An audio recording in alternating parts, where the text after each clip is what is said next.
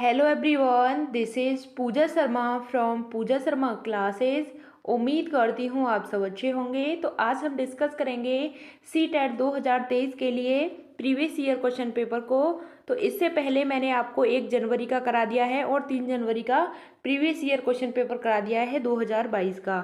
ठीक, तो आज हम डिस्कस करेंगे 4 जनवरी 2022 का प्रीवियस ईयर क्वेश्चन पेपर। तो आपको इसको अच्छे से समझना है। इसमें हम डिस्कस कर रहे हैं सीडीपी को हम इसमें डिस्कस करेंगे। यह एक ऐसा सब्जेक्ट है जो बच्चे को टीचर की समझ देता है, यानी कि यही जो सब्जेक्ट है आपको एक टीचर के रूप में बनाता है और आपको इसको टीचर समझकर ही क्वेश्चंस को सॉल्व करना है, यानी अपने आप को टीचर समझना है, उसके आधार पर इन क्वेश्चंस को सॉल्व करना है। तो चलिए स्टार्ट करते हैं। क्वेश्चन नंबर आपका 1 आता है कि निम्नलिखित में से कौन सा स्थूल कौशल के उपयोग का एक उदाहरण है। स्थूल कौशल के उपयोग का एक उदाहरण कौन सा है? तो एक पैर पर संतुलन करना, या एक मटर को उंगलियों से दबाना, या किताबों के पन्ने पलटना, या फिर पेंसिल पकड़ना। तो आपको इसमें बताना है कि जो आपका स्थूल कौशल है इसका उदाहरण क्या हो जाता है। तो इसका सही आंसर है एक पैर पर संतुलन करना। क्या करना?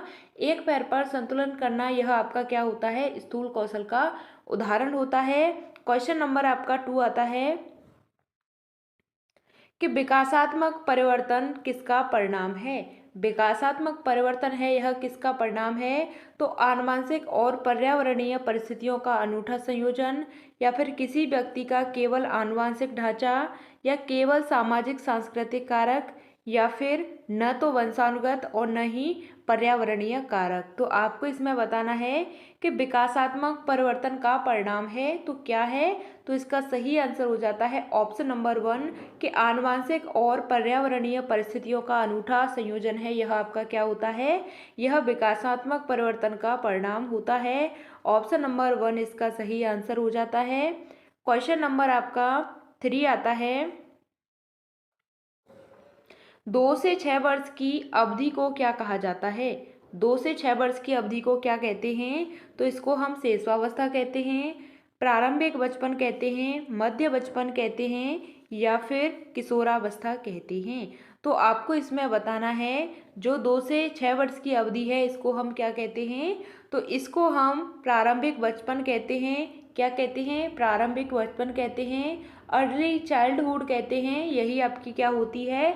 यही आपकी प्रारंभिक बचपन होती है, जिसको हम बाल्यावस्था बोलते हैं। प्रारंभिक बचपन की जो अवस्था होती है यह बाल्यावस्था होती है, जो 2 से 6 वर्ष की एज होती है। यहाँ तक बात क्लियर? चलिए क्वेश्चन नंबर आपका नेक्स्ट आता है। क्वेश्चन नंबर आपका 4 आता है। आपको कथन दे रखा है और यह आपको रीजन दे रखा है। तो आपको इसमें बताना है कि शहरों में बच्चों का बहुत सारा खेल उन रियलिटी टीवी शो पर आधारित होता है जो वो देखते हैं। या फिर रीजन दे रखा है इसका कि इन दिनों परिवार और साथियों के अलावा मीडिया बच्चे के सामाजिकरण का एक महत्वपूर्ण माध्यम बनता जा रहा है। तो इसका आपको आंसर बताना है। तो इसमें कौन सा सही है? तो ऑप्शन नंबर 1 दे रखा है आपको, ए और आर दोनों सही हैं, लेकिन आर सही व्याख्या करता है ए की। ए और आर दोनों सही हैं लेकिन आर सही व्याख्या नहीं है ए की। ए सही है लेकिन आर गलत है। ए और आर दोनों गलत हैं। तो आपको इसमें बताना है इसका सही आंसर। तो क्वेश्चन में दे रखा है कि शहरों में बच्चों का बहुत सारा खेल उन रियलिटी टीवी शो पर आधारित होता है जो वो देखते हैं। या फिर इन दिनों परिवार और साथियों के अलावा मीडिया बच्चों के सामाजिकरण का एक महत्वपूर्ण माध्यम बनता जा रहा है। तो इसका सही आंसर हो जाता है ऑप्शन नंबर 1 कि ए और आर दोनों सही हैं। ए और आर दोनों सही हैं, बिल्कुल सही हैं। और आर है वह सही व्याख्या करता है ए की। यह है जो आपका ऑप्शन नंबर यहाँ पे रीजन है, कारण है, यह सही व्याख्या करता है किसकी? कथन की। तो ऑप्शन नंबर 1 इसका सही आंसर हो जाता है। क्वेश्चन नंबर आपका नेक्स्ट आता है। क्वेश्चन नंबर आपका 5 है कि प्याजे के द्वारा अधिगम को सुगम बनाने के लिए निम्नलिखित में से कौन सा कारक महत्वपूर्ण माना जाता है। तो आपको बताना है प्याजे के द्वारा अधिगम को सुगम बनाने के लिए निम्नलिखित में से कौन सा कारक महत्वपूर्ण माना जाता है। तो शिक्षक की गतिशीलता, विविध सामग्रियों का प्रावधान, मध्य स्तरीय नवीन अनुभव प्रदान करना या सकारात्मक और नकारात्मक पुनर्बलन को सुनिश्चित करना। तो आपको यहाँ पे ऑप्शन दे रखे हैं, यह सभी आपके ऑप्शन हैं। ऑप्शन 1 और 4th और 1 सेकंड और थर्ड, सेकंड थर्ड और fourth, first second third fourth. तो आपको यह 4 ऑप्शन दे रखे हैं। तो आपको इसमें बताना है कि प्याजे के द्वारा अधिगम को सुगम बनाने के लिए निम्नलिखित में से कौन सा कारक है वह महत्वपूर्ण माना जाता है। तो इसका सही आंसर हो जाता है शिक्षक की गतिशीलता, विविध सामग्रियों का प्रावधान, मध्य स्तरीय नवीन अनुभव प्रदान करना, सकारात्मक और नकारात्मक पुनर्बलन देना। तो इसका सही आंसर हो जाता है ऑप्शन नंबर इसमें आपका 1 सही होता है। गतिशीलता होती है, विविध सामग्रियों का प्रावधान भी होता है और मध्य स्तरीय के नवीन अनुभव प्राप्त होते हैं। लेकिन सकारात्मक और नकारात्मक पुनर्बलन को सुनिश्चित करना यह नहीं है। तो इसका आंसर हो जाता है फर्स्ट, सेकंड और थर्ड। ऑप्शन नंबर 2 इसका सही आंसर हो जाता है। क्वेश्चन नंबर आपका नेक्स्ट आता है,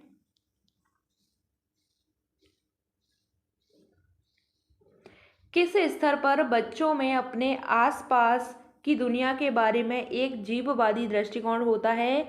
वे मानते हैं कि पेड़ पौधे और चलते हुए बादलों और लुढ़कते पत्थरों की मंशाएं और इरादे हो सकते हैं। तो क्या हो सकते हैं। तो संवेदी चालक अवस्था है, पूर्व संक्रियात्मक अवस्था है, मूर्त संक्रियात्मक अवस्था है या फिर अमूर्त संक्रियात्मक अवस्था है। तो आपको इसमें बताना है कि किस स्तर पर बच्चों में अपने आसपास की दुनिया के बारे में जीववादी दृष्टिकोण होता है। वे मानते हैं कि पेड़ पौधे और चलते हुए बादल, लुढ़कते हुए पत्थरों की मंशाएं और इरादे क्या हो सकते हैं। तो इसका सही आंसर हो जाता है ऑप्शन नंबर 2। यह कैसी अवस्था है, यह पूर्व संक्रियात्मक अवस्था है जो आपकी 2 से 7 वर्ष की अवस्था होती है। इसमें क्या होता है कि बच्चे में रिवर्सिबिलिटी की समझ नहीं आती है, बच्चा इसमें समझ नहीं पाता है, तर्क करना नहीं जानता है। तो ऑप्शन नंबर 2 इसका सही आंसर हो जाता है। क्वेश्चन नंबर आपका नेक्स्ट आता है, किसके अनुसार यह पूछा है। तो यह आपसे जीन पियाजे के अनुसार पूछा है। किसके अनुसार, जीन पियाजे के अनुसार पूछा है। जीन पियाजे के बारे में बात करते हैं तो यह संज्ञानात्मक विकास के लिए जाने जाते हैं। जीन पियाजे हैं वह संज्ञानात्मक विकास के लिए जाने जाते हैं। तो इसका सही आंसर होता है पूर्व संक्रियात्मक अवस्था। यह 2 से 7 वर्ष की अवस्था होती है। संवेदी चालक की बात करते हैं तो यह 0 से 2 वर्ष होती है। यह आपकी 2 से 7 वर्ष होती है। मूर्त संक्रियात्मक अवस्था 7 से 11 वर्ष की अवस्था होती है। नेक्स्ट आती है आपकी अमूर्त, यह आपकी 11 से 15 वर्ष की अवस्था होती है। तो आपको इनको अच्छे से याद रखना है। क्वेश्चन नंबर आपका 7 आता है कि किसके सिद्धांत में बच्चों के संज्ञानात्मक विकास में महत्वपूर्ण भूमिका निभाते हैं। तो आपको बताना है कि लेव वाइगोत्स्की, जीन पियाजे, हार्वर्ड गार्डनर या फिर ऑप्शन नंबर 4 है लॉरेंस कोहलबर्ग। तो आपको इसमें बताना है कि किसके सिद्धांत में भाषा बच्चों के संज्ञानात्मक विकास का महत्वपूर्ण भूमिका निभाती है। संज्ञानात्मक विकास में महत्वपूर्ण भूमिका निभाती है तो किसके अनुसार है, जीन पियाजे के अनुसार है। किसके अनुसार, जीन पियाजे के अनुसार। इन्होंने 4 अवस्थाओं के बारे में बताया। जीन पियाजे की कितनी अवस्थाएं हैं, तो 4 अवस्थाएं हैं। तो इसके बारे में इन्होंने बताया है। पहली आती है आपकी अवस्थाओं के बारे में बात करते हैं तो आती है संवेदी गामक। दूसरी आती है पूर्व संक्रियात्मक। तीसरी आती है आपकी मूर्त संक्रियात्मक। चौथी आती है आपकी अमूर्त संक्रियात्मक। तो आपने समझा जो आपकी संज्ञानात्मक अवस्था है इनके 4 चरण हैं, संवेदी, पूर्व संक्रियात्मक, मूर्त और अमूर्त। किसके अनुसार है, जीन पियाजे के अनुसार है। ऑप्शन नंबर 2 इसका सही आंसर होता है। क्वेश्चन नंबर आपका 8 आता है, वाइगोत्स्की के अनुसार बच्चे किस प्रकार से सीखते हैं? वाइगोत्स्की के अनुसार बच्चे हैं वह किस प्रकार से सीखते हैं? तो प्रतियोगिता के द्वारा सीखते हैं, या फिर साथियों के साथ बातचीत करके सीखते हैं, या फिर पुरस्कार के लिए प्रयास करने और दंड से बचकर सीखते हैं, या फिर उद्दीपन प्रतिक्रिया अनुबंधन करके बच्चे सीखते हैं। तो किसके द्वारा बच्चे हैं सबसे ज़्यादा सीखते हैं, किसके अनुसार बताना है आपको? वाइगोत्स्की के अनुसार बताना है। तो वाइगोत्स्की की बात करते हैं तो यह हमेशा समाज की और संस्कृति की बात करते हैं। समाज की बात करते हैं और किसकी करते हैं? संस्कृति की बात करते हैं। तो इसका सही आंसर हो जाता है ऑप्शन नंबर 2 कि साथियों के साथ बातचीत करके।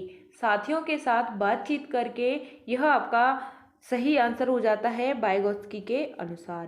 क्वेश्चन नंबर आपका नेक्स्ट आता है, क्वेश्चन नंबर 9 है आपका कि एक बाल केंद्रित शिक्षा में, यानी कि बाल केंद्रित कक्षा में बच्चे निष्क्रिय नकलची के रूप में देखे जाते हैं, या फिर ज्ञान के निर्माण में सक्रिय रूप से लगे हुए हैं, या फिर ब्लैक बोर्ड से उत्तरों की प्रतिलिपि बनाने को अक्सर होते हैं, या फिर केवल निष्क्रिय श्रोता होने चाहिए। तो आपको इसमें बताना है बाल केंद्रित शिक्षा में बच्चे कैसे होते हैं?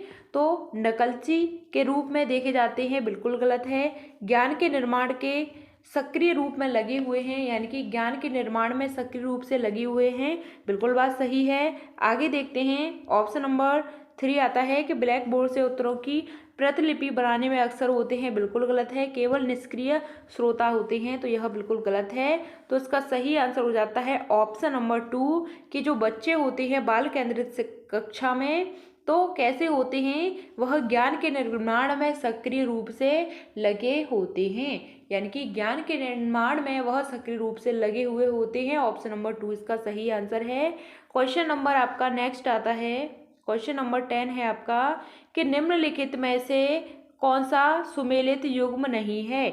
निम्नलिखित में से कौन सा सुमेलित युग्म नहीं है आपको इसमें बताना है। तो इसका सही आंसर हो जाता है, आपको इसमें बताना है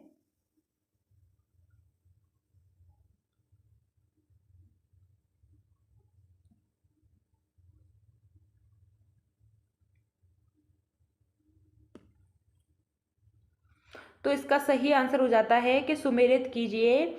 सजा और आज्ञाकारिता विन्यास कानून तय नहीं है, या फिर अपितु समाज की भलाई के लिए बदला जा सकता है। अच्छा लड़का अच्छी लड़की अभिविन्यास दूसरों के साथ भला बनकर अनुमोदन अर्जित करता है, या फिर ऑप्शन नंबर आपका 3 आता है कि कानून और व्यवस्था अभिविन्यास है वह मानव अधिकारों के मूल्य के आधार पर नैतिक सिद्धांतों को स्वयं चुना जाता है। ऑप्शन नंबर 4 आता है कि सामाजिक अनुबंधन विन्यास है वह किसी क्रिया के भौतिक परिणाम यह निर्धारित करते हैं कि यह अच्छा लड़का है या फिर बुरा है। तो आपको इसमें बताना था, क्वेश्चन नंबर आपका यह था कि इसमें आपको मिलान करना था, तो यह किसके अनुसार आपसे पूछा गया है। तो यह आपको ऑप्शन नंबर इसका सही आंसर है ऑप्शन नंबर 2। अच्छा लड़का अच्छी लड़की अभिविन्यास है, यानी कि दूसरों के साथ भला बनकर अनुमोदित अर्जित करता है। ऑप्शन नंबर आपका 2 सही हो जाता है। किसके अनुसार यह जो आपको दे रखा है किसके अनुसार है? तो यह लॉरेंस कोहलबर्ग के अनुसार है। किसके अनुसार? लॉरेंस कोहलबर्ग के अनुसार है। लॉरेंस कोहलबर्ग के अनुसार यह आपका सही हो जाता है, अच्छा लड़का अच्छी लड़की अभिविन्यास। तो इसके बारे में बात करते हैं तो इन्होंने तीन स्तर बताए हैं। पहला आता है आपका पूर्व परंपरागत,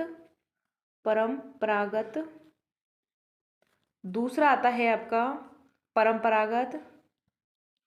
परंपरागत स्तर, तीसरा आता है आपका उत्तर रूढ़िता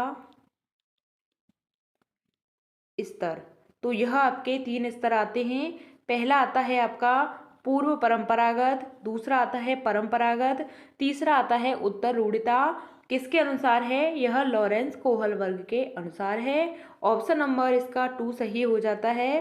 क्वेश्चन नंबर आपका नेक्स्ट आता है, हार्वर्ड गार्डनर के सिद्धांत में बुद्धि वाले व्यक्ति हार्वर्ड गार्डनर के सिद्धांत में खाली जगह बुद्धि वाले व्यक्ति वनस्पतियों और जीवों की विभिन्न प्रजातियों की सुंदरता को पहचान कर सकते हैं।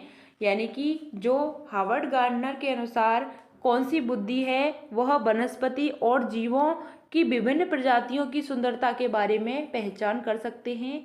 हार्वर्ड गार्डनर की बात करते हैं तो इन्होंने बुद्धि के कितने प्रकार बताए हैं, तो बुद्धि को इन्होंने 8 प्रकार में बांटा है। किसने? हार्वर्ड गार्डनर ने बुद्धि को कितने प्रकार में बांटा है? 8 प्रकार से बांटा है। तो इसमें आपसे पूछा है कि जो वनस्पति और जीवों की विभिन्न प्रजातियों के बारे में पहचान करती है वह कौन सी बुद्धि होती है? तो स्थानिक होती है, प्रकृतिवादी होती है, संगीतमय होती है या फिर अंतर्वैयक्तिक बुद्धि होती है। तो इसका सही आंसर हो जाता है ऑप्शन नंबर 2, प्रकृतिवादी बुद्धि। कैसी होती है? वह प्रकृतिवादी बुद्धि होती है जो प्रकृति के बारे में पहचान करती है। तो यहाँ पे आपको दे रखा था कि जो वनस्पति और जीवों के बारे में जानकारी प्रदान करती है यानी पहचान सकते हैं, तो उसमें कैसी बुद्धि है? प्रकृतिवादी बुद्धि है। क्वेश्चन नंबर आपका नेक्स्ट आता है, क्वेश्चन नंबर 12 है कि राष्ट्रीय शिक्षा नीति 2020 क्या सिफारिश करती है? तो बहुभाषावाद, एक भाषावाद, पाठ्यक्रम का मानकीकरण या फिर मूल्यांकन का मानकीकरण। तो आपको इसमें बताना है कि जो राष्ट्रीय शिक्षा नीति 2020 है यह क्या सिफारिश करती है। तो इसका सही आंसर हो जाता है ऑप्शन नंबर 1, बहुभाषावाद। क्या होता है? बहुभाषावाद है, यह आपका सही आंसर है ऑप्शन नंबर 1। क्वेश्चन नंबर आपका नेक्स्ट आता है, क्वेश्चन नंबर 13 दे रखा है आपको कि एक शिक्षा यह धारणा रखती है, एक शिक्षिका यह धारणा रखती है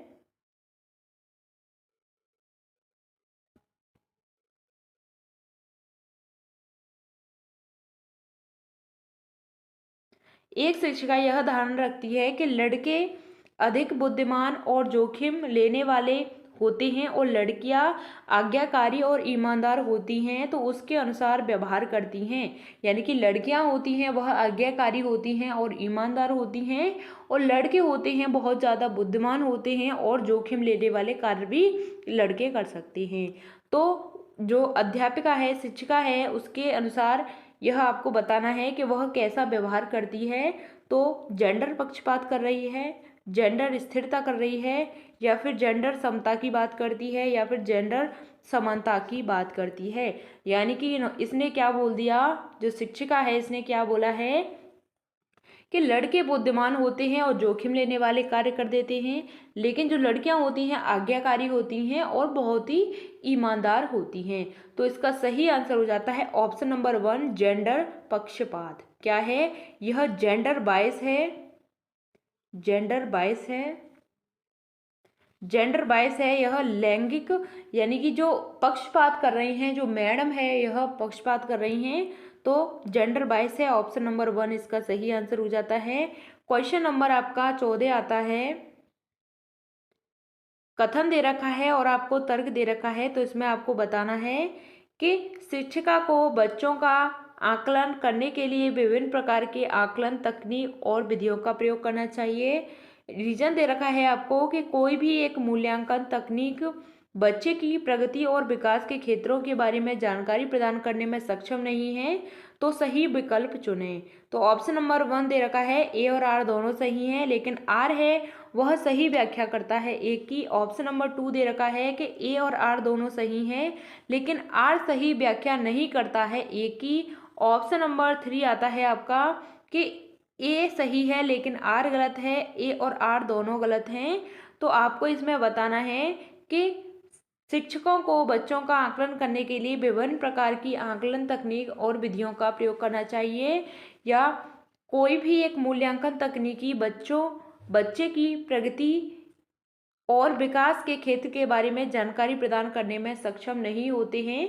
तो इसका सही आंसर हो जाता है, इसमें आपका यह बिल्कुल सही है और यह भी सही है, यानी कि ए और आर दोनों सही हैं। आर सही व्याख्या करता है ए की, ए और आर दोनों सही हैं, यह आर है सही व्याख्या करता है इस ए की। ऑप्शन नंबर 1 आपका सही हो जाता है।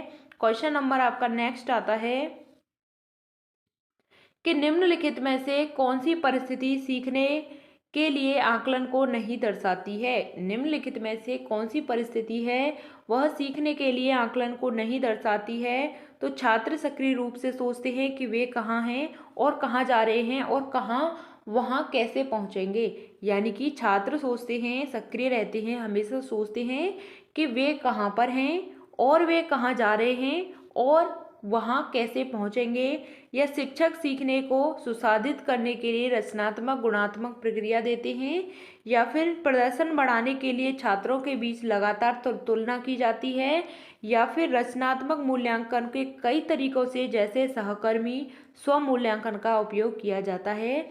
तो आपको इसमें बताना है कि कौन सी यह सीखने की आकलन को नहीं दर्शाती है। नहीं पूछा है इसलिए आपको नेगेटिव इसमें ढूंढना है। तो इसका सही आंसर हो जाता है ऑप्शन नंबर 3, जो प्रदर्शन बढ़ाने के लिए छात्रों के बीच लगातार तुलना की जाती है। हमें क्या करना है, तुलना नहीं करनी है, कंपेयर नहीं करना है, क्योंकि कोई भी बच्चा होता है किसी और अदर सब्जेक्ट में होशियार होता है तो कोई किसी और में होशियार होता है, लेकिन हमें ज़्यादा तुलना बच्चों की नहीं करनी चाहिए कि तुम इसमें होशियार हो, वो ऐसा है। ठीक, तो आगे बढ़ते हैं। इस तरीके से आपको, यानी एक टीचर को एक पॉजिटिव रहना चाहिए हमेशा, नेगेटिव तो उसके माइंड में आना ही नहीं चाहिए। समावेशी कक्षा के लिए क्या जरूरी है। समावेशी कक्षा की बात करते हैं, शिक्षा की बात करते हैं, यानी कि इंक्लूसिव एजुकेशन की बात करते हैं, तो इसके लिए क्या जरूरी है, बहुत ही महत्वपूर्ण है। तो लचीला शिक्षा शास्त्र, अगम्य इमारत, या फिर अगम्य मानसिकता, या फिर मानकीकृत पाठ्यक्रम। तो एक आपका समावेशी शिक्षा है, इसके लिए क्या होना चाहिए, तो इसके लिए लचीला पाठ्यक्रम होना चाहिए। जो शिक्षा शास्त्र है लचीला होनी चाहिए, यानी कि फ्लेक्सिबल पेडागोजी होनी चाहिए शिक्षक के लिए, यानी कि बच्चों के लिए जो समावेशी शिक्षा है इसमें आपका लचीला पाठ्यक्रम, यह आपका पॉजिटिव आंसर हो जाता है। आपको जहाँ पर भी लचीला पाठ्यक्रम से संबंधित कुछ भी दिख जाए वही आपका राइट आंसर हो जाता है। ऑप्शन नंबर इसका 1 सही है, क्योंकि इसमें समावेशी शिक्षा की बात की गई है। तो कैसी होनी चाहिए, लचीली शिक्षा होनी चाहिए, फ्लेक्सिबल होनी चाहिए। क्वेश्चन नंबर आपका 17 आता है कि निम्नलिखित में से कौन सी दिव्यांगता सामाजिक संचार में चुनौतियों का कारण बनती है। निम्नलिखित में कौन सी दिव्यांगता सामाजिक संचार में चुनौतियों का कारण बनती है। तो आपको इसमें बताना है आत्म केंद्रित स्वलीनता, पठन वैकल्य, गुणज वैकल्य, या फिर गतिमान दिव्यांगता। तो आपको इसमें बताना है इसका सही आंसर कि जो दिव्यांगता सामाजिक संचार में चुनौती का कारण बनती है, तो इसका सही आंसर हो जाता है ऑप्शन नंबर 1 कि आत्मकेंद्रिता और स्वलीनता। इसका कारण बनती है आत्मकेंद्रिता और स्वलीनता। ऑप्शन नंबर 1 इसका सही आंसर हो जाता है। क्वेश्चन नंबर आपका नेक्स्ट आता है कि निम्नलिखित में से कौन सा सुविधाहीन और वंचित समूह में के शिक्षा साथियों को शामिल करने में मदद करता है। सुविधाहीन और वंचित समूह के शिक्षा शास्त्रियों को शामिल करने में मदद करता है। तो विविधता को महत्व, गैर प्रासंगिक पाठ्यक्रम, या फिर प्रमुख समूह की ओर केंद्रित शिक्षा शास्त्र, या मानकीकृत परीक्षण। तो आपको इसमें पूछा है कि कौन सी सुविधाहीन और वंचित समूहों के शिक्षा साथियों को शामिल करने में मदद करता है। तो इसका सही आंसर हो जाता है ऑप्शन नंबर 1, मदद की बात की गई है तो विविधता को महत्व देना चाहिए। किसको महत्व देना चाहिए, विविधता को महत्व देना चाहिए। ऑप्शन नंबर 1 आपका सही हो जाता है। जहाँ पर भी आपको यह विविधता दिख जाए वह आपका क्या होता है, पॉजिटिव होता है। तो आपको इसको टिक कर देना है। क्वेश्चन नंबर आपका नेक्स्ट आता है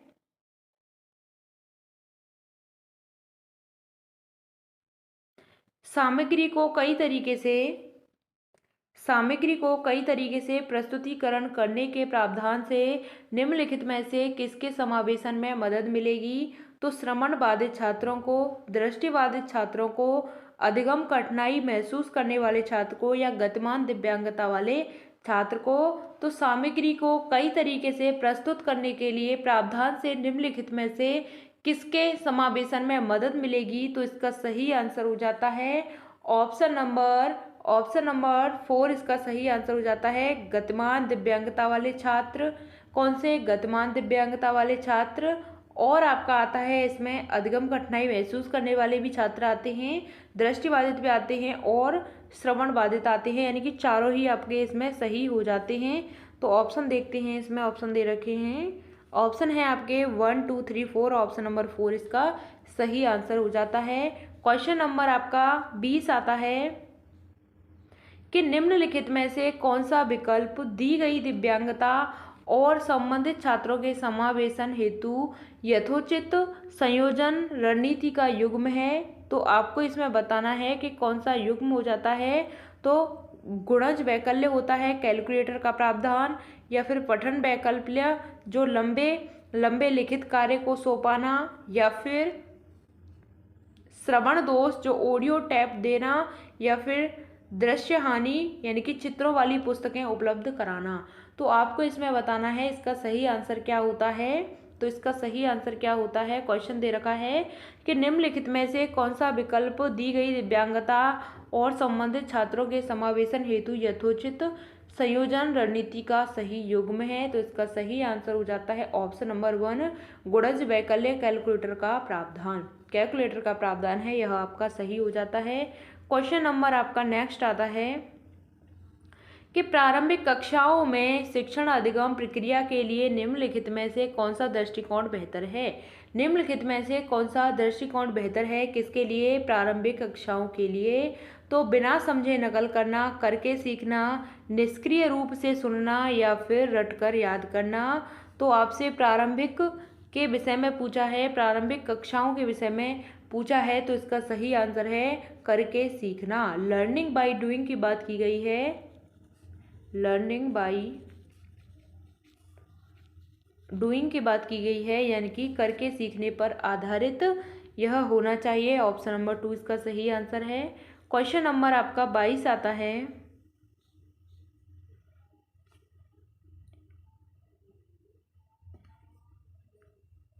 ऑप्शन नंबर, यह क्वेश्चन दे रखा है आपको, कथन दे रखा है और तर्क दे रखा है। तो अधिगम के लिए विद्यालय के सामाजिक अवसरों में भागीदारी महत्वपूर्ण है, या अधिगम मुख्य रूप से एक सामाजिक क्रिया है।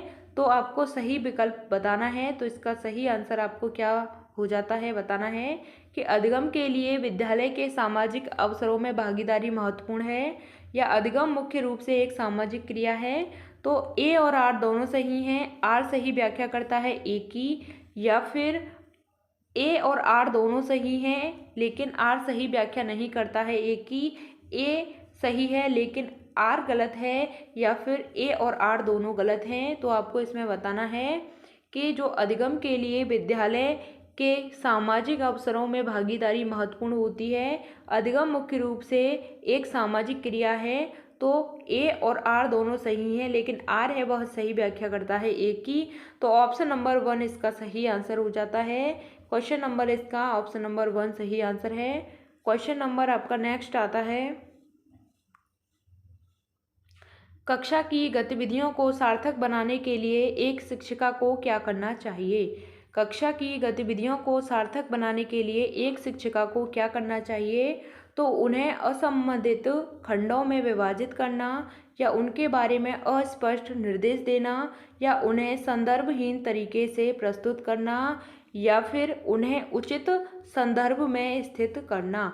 तो आपको इसका आंसर बताना है कि कक्षा की गतिविधियों को सार्थक बनाने के लिए एक शिक्षिका को क्या करना चाहिए। तो इसका सही आंसर है ऑप्शन नंबर 4 कि उन्हें उचित संदर्भ में स्थित करना। क्या करना, उन्हें उचित संदर्भ में स्थित करना। ऑप्शन नंबर 4 इसका सही आंसर हो जाता है। क्वेश्चन नंबर आपका 24 आता है, निम्नलिखित में से कौन सी शैक्षिक पद्धतियाँ शिक्षण अधिगम प्रक्रिया में सकारात्मक योगदान नहीं देती हैं।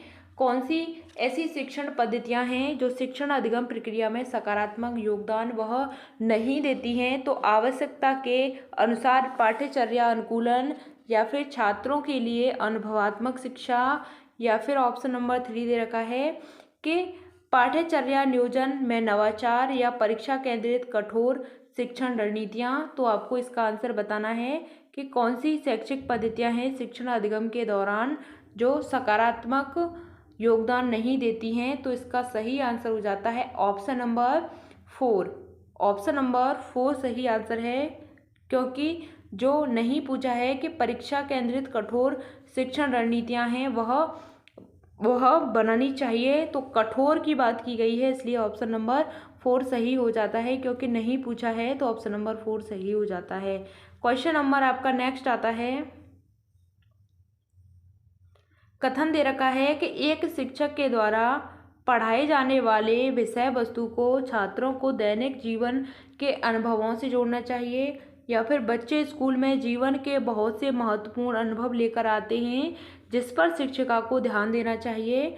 तो इसका सही आंसर आपको बताना है। तो ऑप्शन आपको यह दे रखे हैं, ए और आर दोनों सही हैं, लेकिन आर सही व्याख्या करता है ए की। ए और आर दोनों सही हैं, लेकिन आर सही व्याख्या नहीं करता है ए की।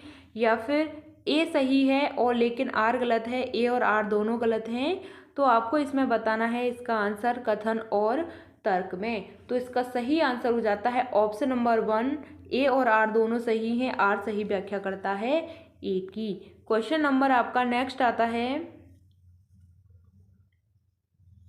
कि निम्नलिखित में से कौन शिक्षार्थियों को उनके सीखने का स्वयं मूल्यांकन करने और उसकी समझ की जांच करने में मदद करता है। तो विस्मरण है, अनुकृति है, अधिसंज्ञान है, या फिर रटकर याद करना है।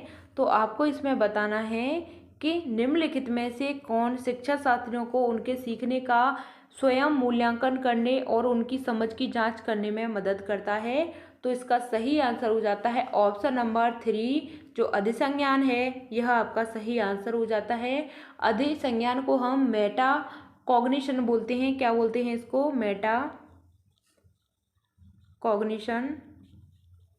मेटा कॉग्निशन बोलते हैं अधिसंज्ञान को। तो यह शिक्षार्थियों को उनके स्वयं मूल्यांकन करने और उनकी समझ की जांच करने में मदद करता है। ऑप्शन नंबर 3 इसका सही आंसर है। क्वेश्चन नंबर आपका 27 आता है कि बच्चों में भ्रांतियां होना है। बच्चों में भ्रांतियां होना क्या है?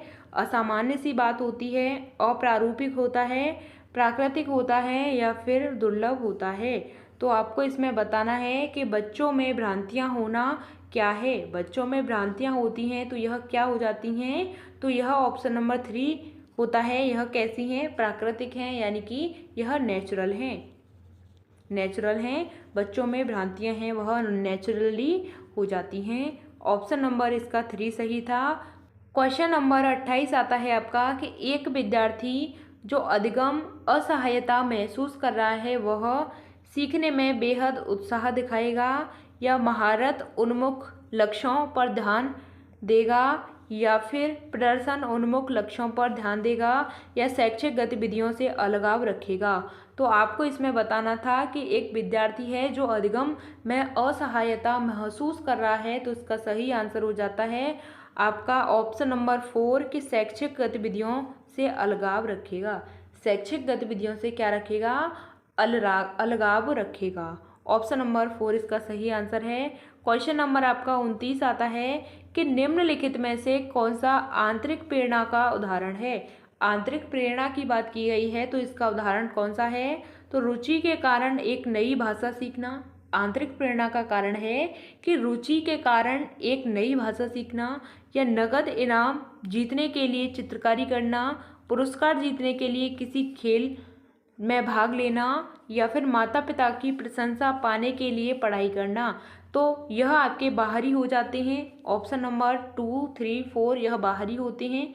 लेकिन आंतरिक की आपसे पूछा है, आंतरिक प्रेरणा की बात की गई है, तो इसका सही आंसर हो जाता है ऑप्शन नंबर 1, क्योंकि बच्चा है, बच्चे को किसी पढ़ाई में यानी किसी कार्य में भी रुचि आ गई है, रुचि ले रहा है, तो वह नई भाषा को सीखना यानी एक नई भाषा को सीखना, यही आपका आंतरिक प्रेरणा का उदाहरण है। रुचि के कारण एक नई भाषा सीखना।